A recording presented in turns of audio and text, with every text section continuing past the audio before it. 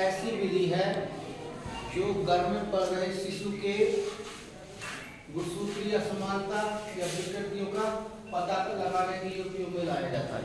ठीक है, लिख लें इसको हम। यह एक ऐसी विधि है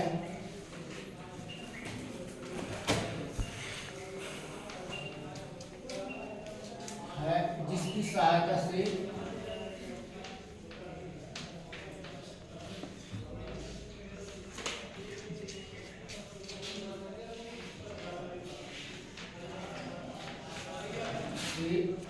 गर्भ में पल रहे शिशु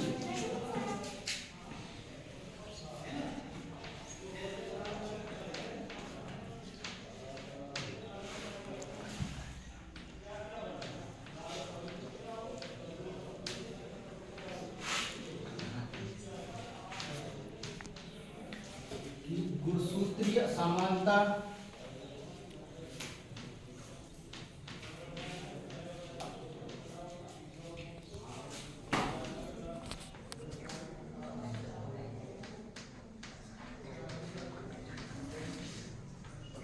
या विकृति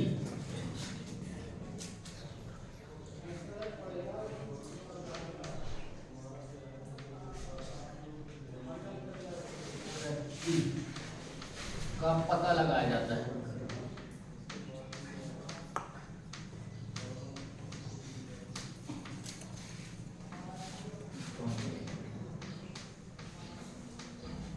ठीक है, मतलब ऐसी तकनीक या विधि आप बोल सकते हो इसके अंतर्गत यदि कोई भी गुणसूत्रीय असमानता है उसका हम पता लगा सकते हैं इस विधि के द्वारा। अब किया कैसे जाता है, पता कैसे लगाया जाता है, ये भी समझने वाली बात है। ठीक है, क्या होता है, जो शिशु होता है, शिशु गर्भ में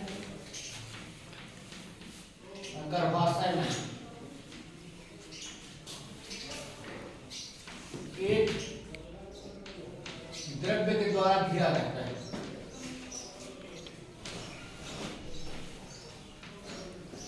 क्या होता है, घिरा रहता है।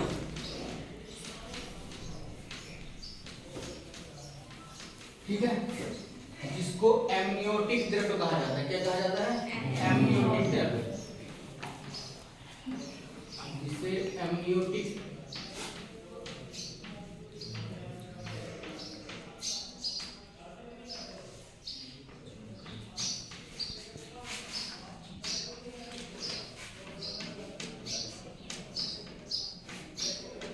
इस द्रव्य की विशेषता ये है कि यह शिशु को क्षतिग्रस्त होने से बताता है, पहली चीज। और इसमें कुछ जाइगोट की कोशिकाएं होती हैं। ठीक है, इसमें जाइगोट की, इस द्रव्य में जाइगोट की कोशिकाएं होती हैं।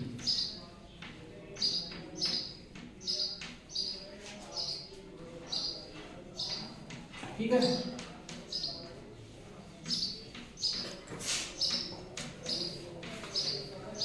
जब शिशु 8 या 12 सप्ताह का हो जाता है तो एक सिरेंज के माध्यम से क्या किया जाता है, 8 से, शिशु की उम्र क्या होगी, 8 से 12 सप्ताह। ठीक है, 8 से 12 सप्ताह, इस एज में एक सिरेंज के माध्यम से उस द्रव्य को बाहर निकाला जाता है। क्या किया जाता है, सिरेंज का उपयोग किया जाता है और द्रव्य को क्या किया जाता है, बाहर निकाला जाता है।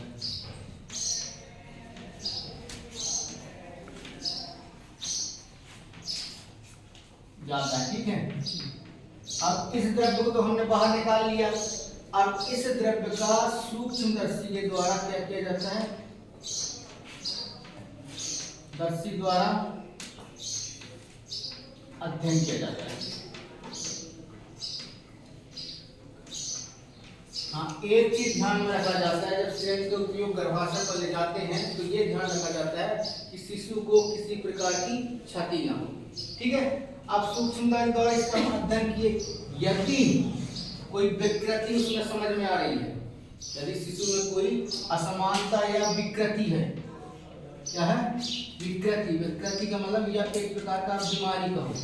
ठीक है, विकृति, तो इसको क्या किया जाता है, एबॉर्शन का की सलाह दी जाती है। क्या की जाती है, एबॉर्शन की सलाह दी जाती है। ये कहलाएगा इसका उद्देश्य, मुख्य उद्देश्य। परंतु कुछ शर्तों में क्या होता है, जब इसका सूक्ष्मदर्शी द्वारा अध्ययन किया जाता है तो जो गुणसूत्र होते हैं एक्स या वाई होते हैं, गुणसूत्र X X female X Y male, जानते हो ना इस बात। तो इन दोनों गुणसूत्र के आधार पर जो गर्भ में पल रहा जो शिशु है उसके सेक्स का मतलब लिंग का पता चल जाता है कि वो नर है या मादा। ठीक है, इस कारण क्या हुआ, कई लोग जान सोचते हैं कि अरे मादा क्या करेगी, मतलब बच्ची नहीं चाहिए, तो क्या करवाने लगे, उसका गर्भपात करवाने लगे, मतलब उसका क्या होने लगा, दुरुपयोग होने लगा। तो अब क्या किया गया भारत सरकार द्वारा, यह विशेष रूप में ही इस विधि का उपयोग किया जाता है, यह ध्यान में रखा जाता है कि इसका भ्रूणीय परीक्षण न किया जाए, इसके माध्यम से, ये गुणसूत्र के माध्यम से एक्स और वाई के ना। कई लोग सोचते हैं ना कि हमें लड़की नहीं चाहिए, तो पता करवा लेते हैं और उसका क्या करवा देते हैं, अवर्षण गर्भपात करवा देते हैं, तो इसका क्या है, दुरुपयोग। जबकि उसका उद्देश्य क्या है कि जो पुरुषों असमानता है इसका पता लगाना। हाँ, यदि कोई विकृति है, समानता है, ठीक है, या मानसिक रूप से वो कुछ सही नहीं है, जो भी पता चला तो उसका क्या किया जाता है, जो चिकित्सक होता है उसकी सलाह से समय में, एक समय अवधि में क्या किया जाता है, उसका एबॉर्शन कराया जाता है।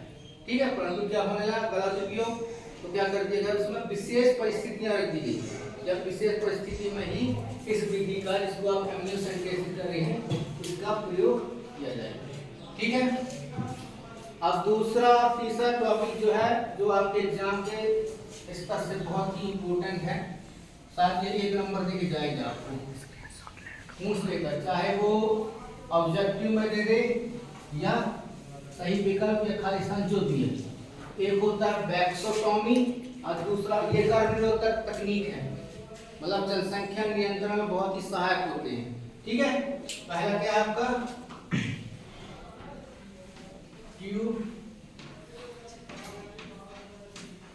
ट्यूबेक्टॉमी,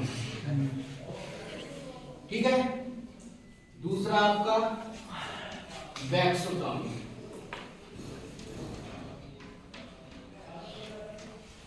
ये दोनों नाम आप अच्छे से याद रखना, इसको पहचान लो, एग्जाम में आपको पहचानना है।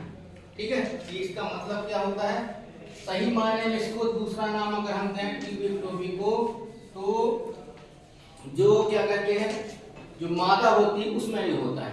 ठीक है, ट्यूबेक्टॉमी मतलब मादा में, और वैक्सोटॉमी मतलब आप पुरुष समझो। ठीक है, तो क्या होता है, ट्यूबेक्टॉमी का मतलब होता है, या हाँ, ट्यूबेक्ट जो गर्भाशय होता है ना, गर्भाशय, उसको क्या किया जाता है, काट कर रस्सी या धागे से बांध दिया जाता है। उस कारण जो होता है, अंडाणु जो होता है वो शुक्राणु से नहीं मिल पाता और निषेचन नहीं होता। स्वाभाविक बात है, जब निषेचन नहीं होगा तो शिशु का जन्म नहीं होगा, मतलब ये जनसंख्या को नियंत्रण कर रहा है। ठीक उसी प्रकार जो वैक्सोटॉमी है, इसमें जो शुक्राणु जनन नलिकाएं होती है, क्या होती है, शुक्राणु जनन नलिकाएं होती है, उसको काट के किसी धागे से क्या कर दिया जाता है, बांध दिया जाता है, जिससे शुक्राणु अंडाणु से या स्खलन नहीं होता है। ऐसा करने से निषेचन के दौरान जो स्खलन होता है, मतलब शुक्राणु जो है वह नहीं निकलता, और स्वाभाविक सी बात है, अगर नहीं निकलेगा तो निषेचन संपन्न नहीं होगा। ठीक है, तो ये आपको बात आ गई समझ में, दोनों चीजें।